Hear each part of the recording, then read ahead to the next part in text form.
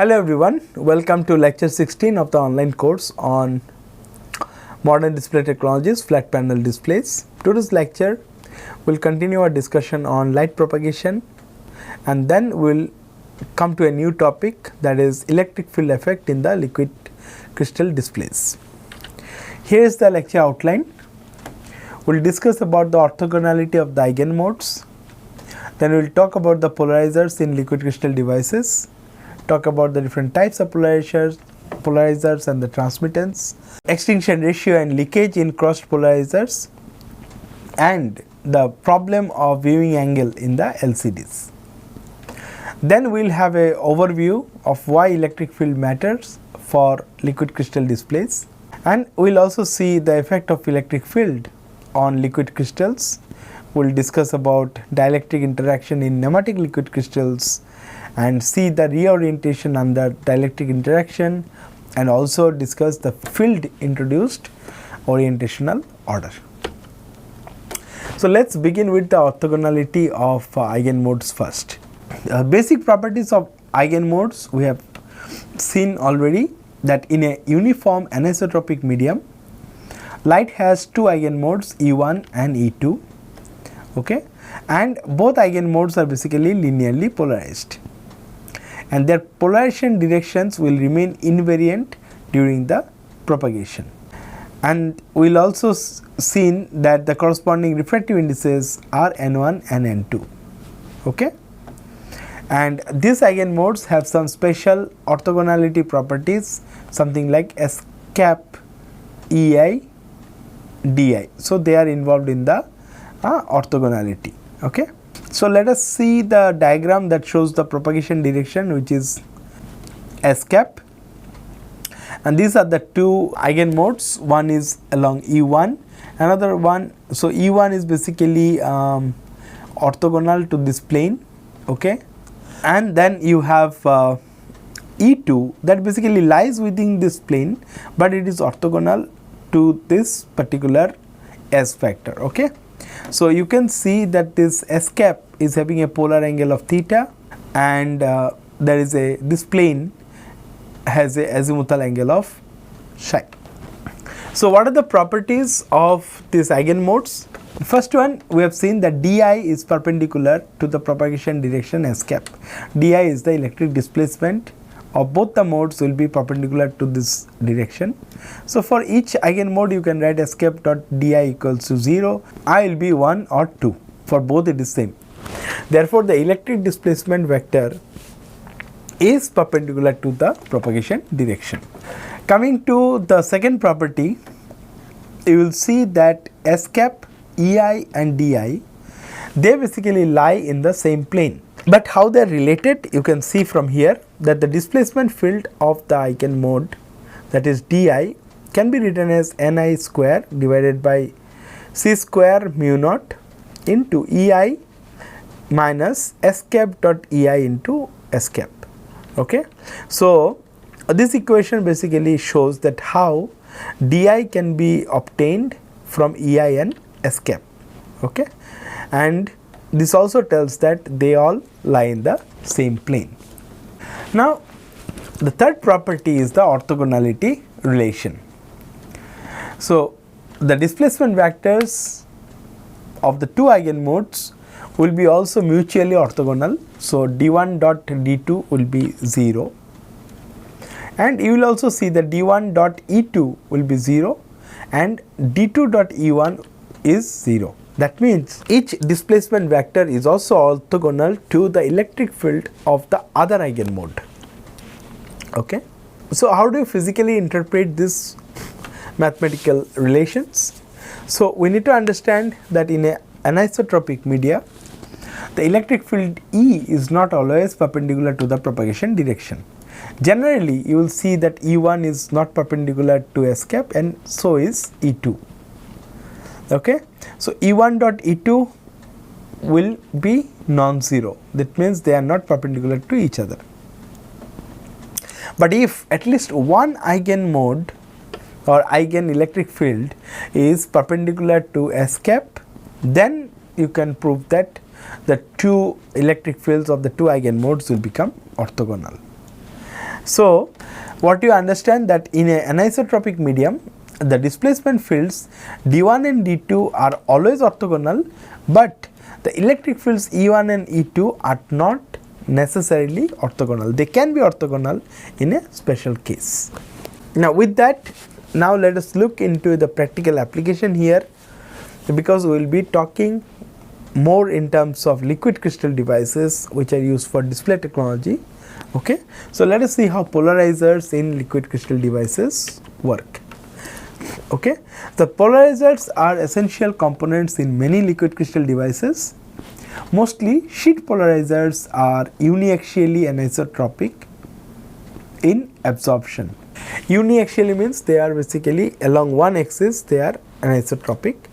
So uniaxially will have it is something like if nx and ny are equal and different to nz, that is called uniaxial anisotropy. Okay.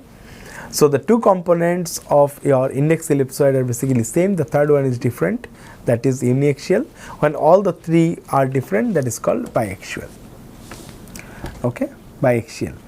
So a sheet polarizer can be fabricated by embedding elongated absorbing molecules or rod like crystals in a polymer film, and then you can stretch the polymer to align these molecules in one direction.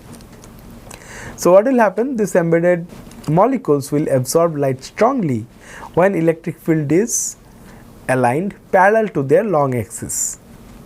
So one common example can be these small needle-like hair-apatite crystals in polyvinyl alcohol. Now let us see how this complex refractive index of a uniaxial polarizer looks like. So as I told you that there are two distinct polarization values involved in this uniaxial polarizer. The same values are called the ordinary refractive index, and the third one which is different that will be called extraordinary refractive index. Okay. So we can say NO prime will be equal to NO minus IAO, and NE prime will be equal to NE minus IAE. Okay. So O stands for ordinary, E stands for extraordinary. So AE and AO and AE are basically the extinction coefficient. So these are responsible for the absorption. And what are these two components, NO prime and NE prime? They basically represent the perpendicular and parallel refractive index to the uniaxial axis. So now let us look into what are the different types of polarizers exist. So polarizers can be divided into two types, and these classifications basically depend on which polarization component is more strongly absorbed. So you can have ordinary type polarizer or O type when the condition is something like that. AE is much larger than AO. That means this polarizer basically absorbs the extraordinary ray and it will allow the transmission of the ordinary ray. You can also have the opposite, that is E type or extraordinary polarizer, where the absorption coefficient of the ordinary wave will be much higher than the extraordinary one. So in that case the absorption behavior is completely opposite to the previous case. Here the ordinary waves are getting absorbed, extraordinary is getting transmitted. So the transmission of a polarizer, when you say that, you are basically involved with the parallel, you are talking about the parallel component and the perpendicular component along with the transmission axis.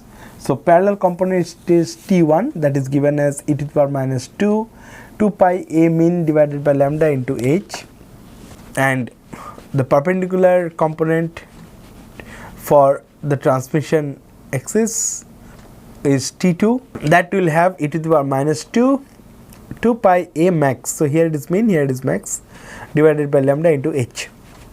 So what is h? H is basically the optical path inside the polarizer. A min is basically the smaller of the AO and AE, and A max is the larger of these two, AO and AE, which one it is, and lambda is the wavelength of light. So how ideal polarizer works? So ideal polarizer T1, that is the component parallel to the transmission axis, has got all of the light. So T1 is 1 and T2 is 0. But in real case, you will say that T1 is lesser than 1. That means some component is basically leaking into T2. Okay. So you can also calculate the extinction ratio of the polarizer. It can be defined as the ratio of T1 by T2.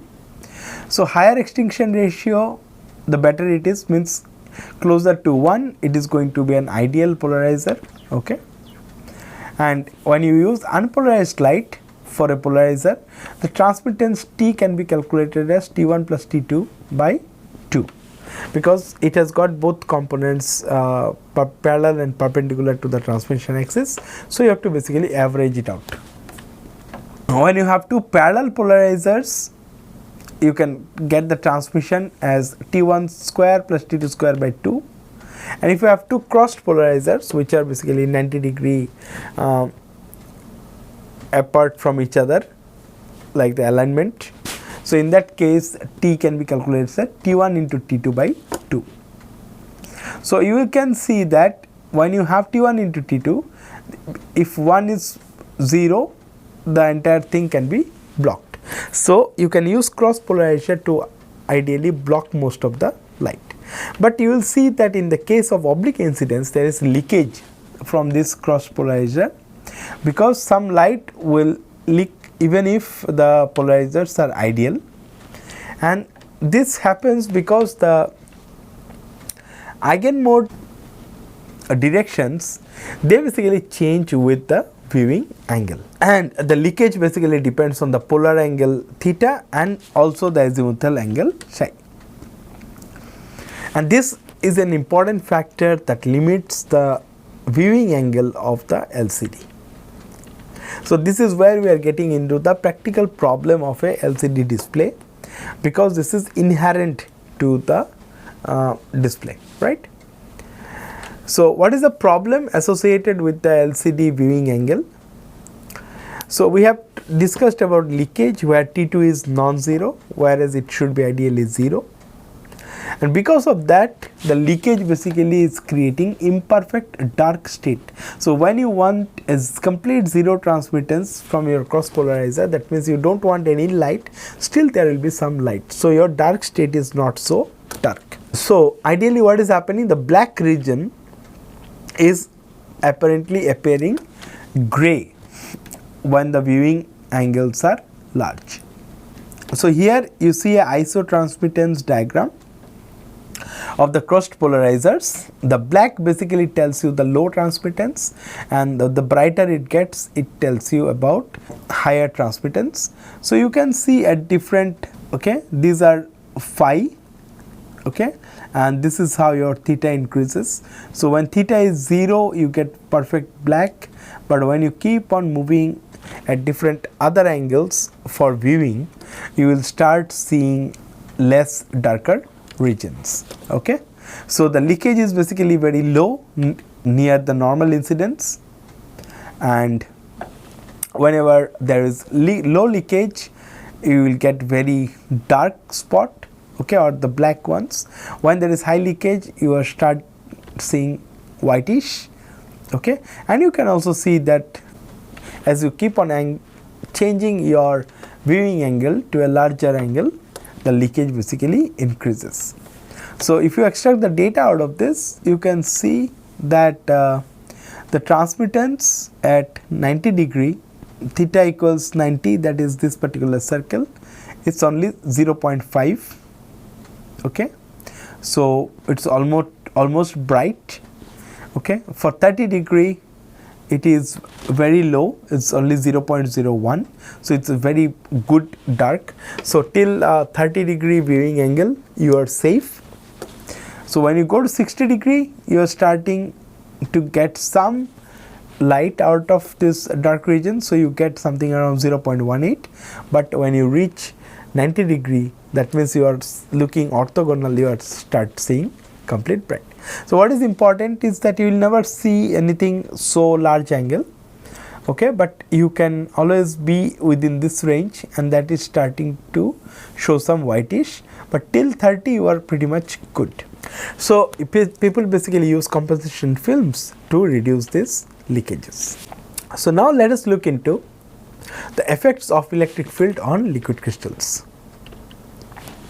So liquid crystals are widely used for display application, and the main reason being that they respond very easily to any externally applied electric field, and their molecular orientation can be changed by applying only few volts, so which is very good.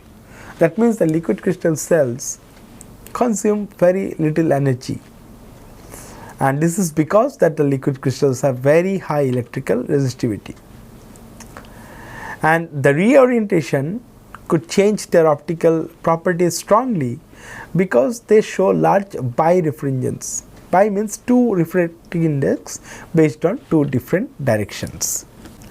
So what is the physical mechanism behind this? There are basically three different liquid crystal field interaction that will be discussed in this lecture. One is the dielectric interaction.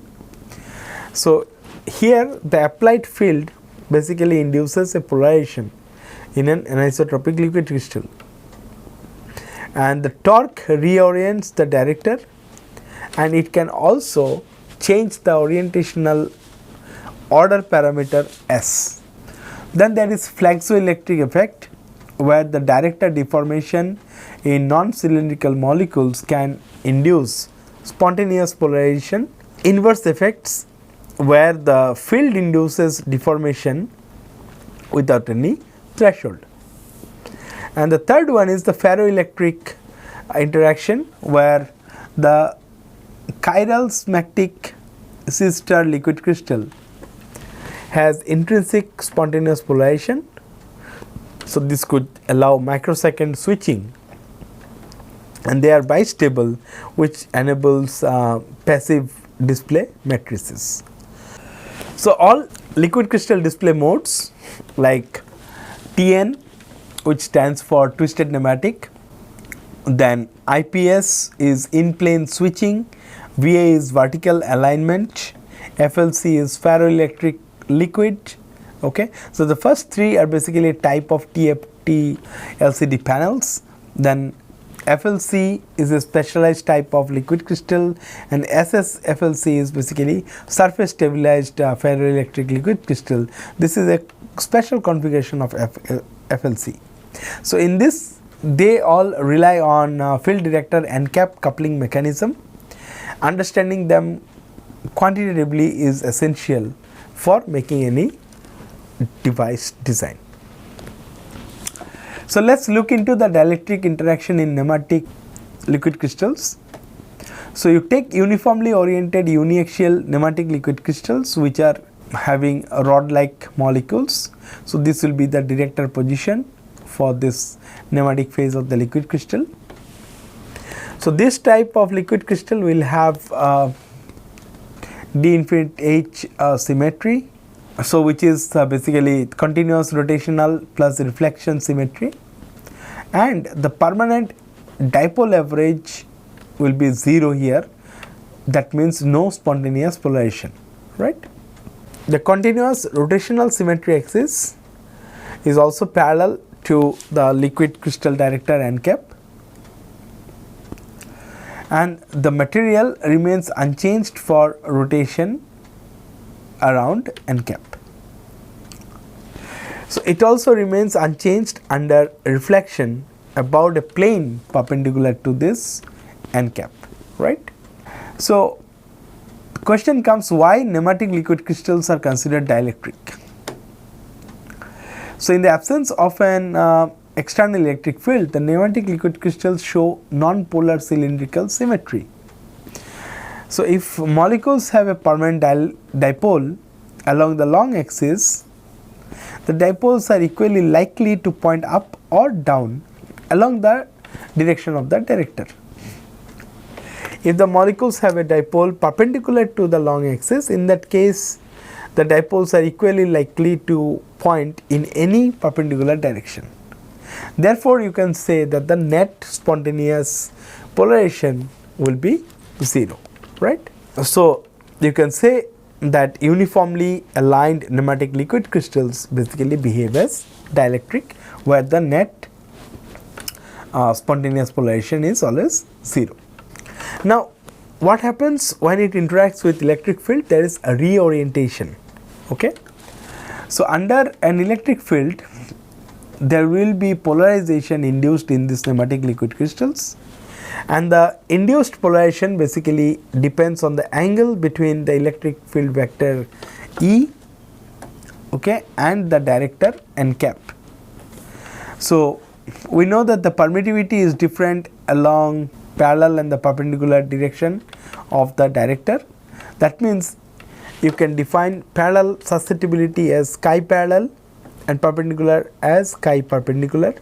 So you can write the polarization to be like this: epsilon naught chi perpendicular E plus epsilon naught delta chi E dot n cap into n cap. Okay. So here this is the component that is basically the difference of the two, right? That is chi parallel minus chi perpendicular. So this stands for the anisotropic susceptibility. So this will also give you anisotropic permittivity, because that is how the permittivity and susceptibility is related. So 1 plus susceptibility component will give you the component in permittivity. So what you see here is that the applied field E induces different polarization along parallel versus perpendicular to the director n cap. Okay, parallel is missing, there is a typo. So chi parallel will not be equal to chi perpendicular, because the molecular polarizability itself is different along these two different directions. So we can always define epsilon parallel and epsilon perpendicular from these two quantities. Now if you are wondering what is this parallel and perpendicular, so this is your E vector and this is the direction of n cap, and if this angle is theta, so E cos theta will be your E parallel and E sin theta will be your E perpendicular, and so on, right. So delta chi can also be written as chi parallel minus chi perpendicular. You can do plus 1 in both cases, so that will make it epsilon parallel and epsilon perpendicular, so that will be equal to delta epsilon.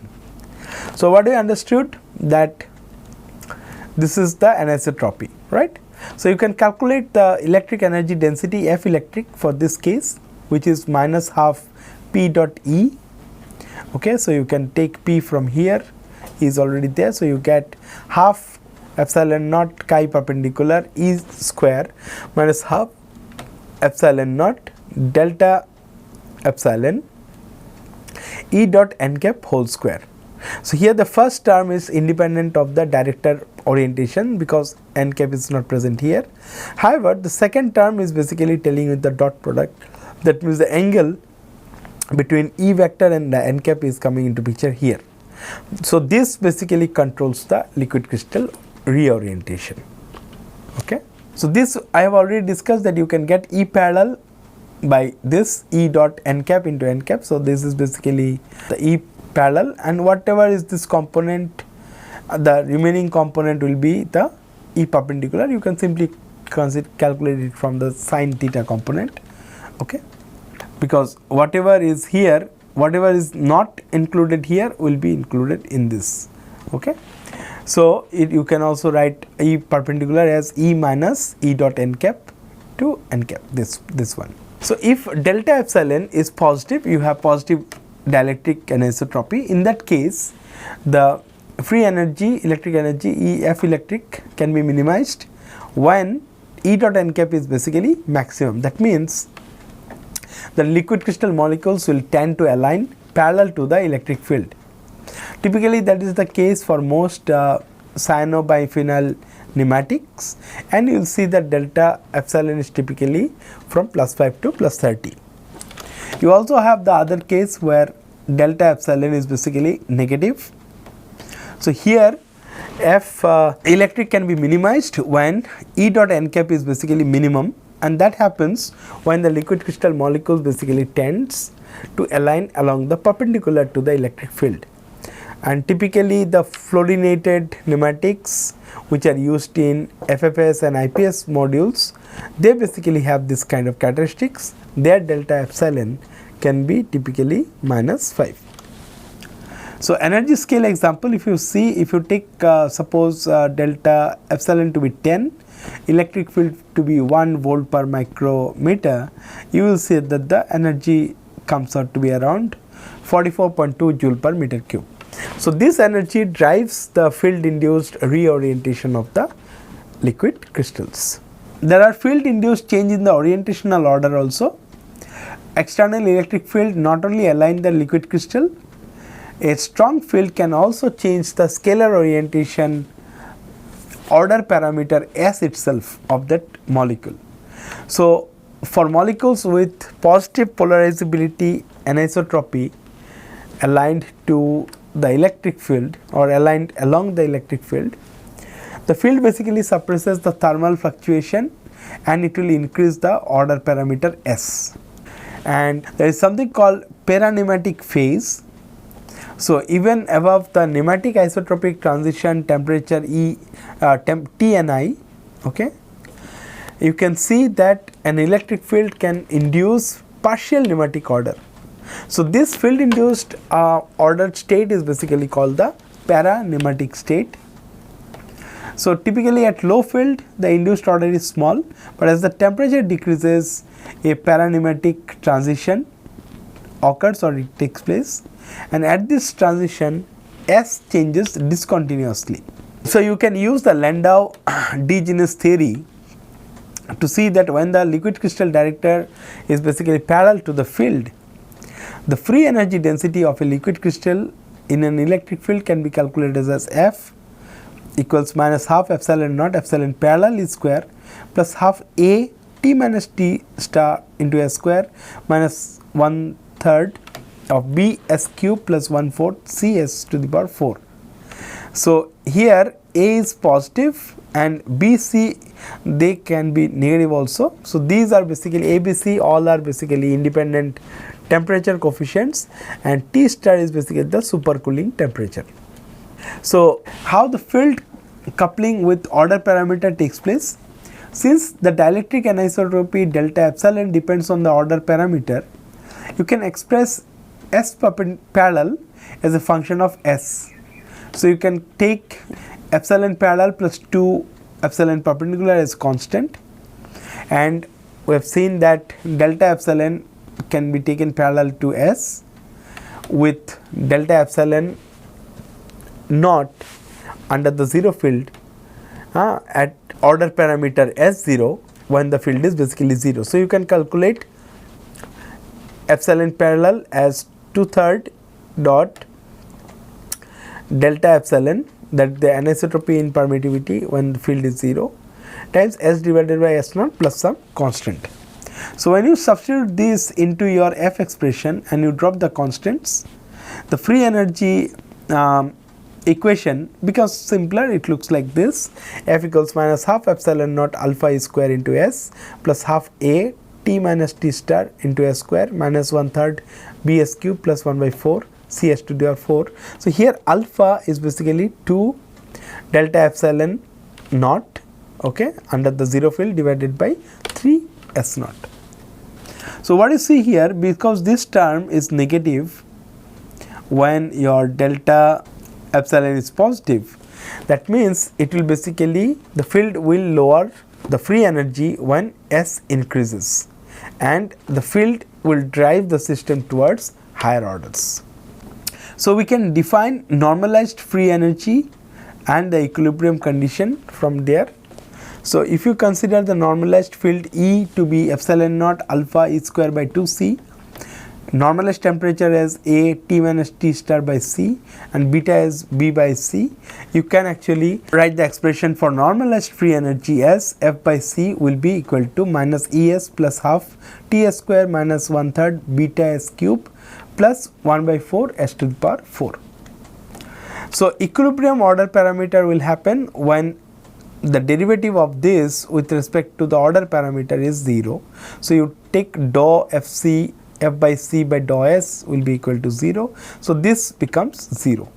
So this is a S is in third order, so 3 solutions will basically exist to this cubic equation for each temperature capital T, and at a given temperature the physical order parameter is 1 that will minimize your free energy F by C, and when E equals 0 the orientation is basically reduced to the standard isotropic transition.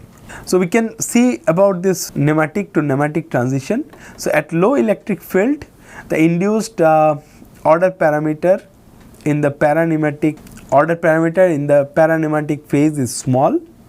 As the temperature decreases, the system will undergo this kind of paranematic to nematic phase transition, and at the critical point the order parameter will change discontinuously, and increasing the applied field will shift this transition point upwards.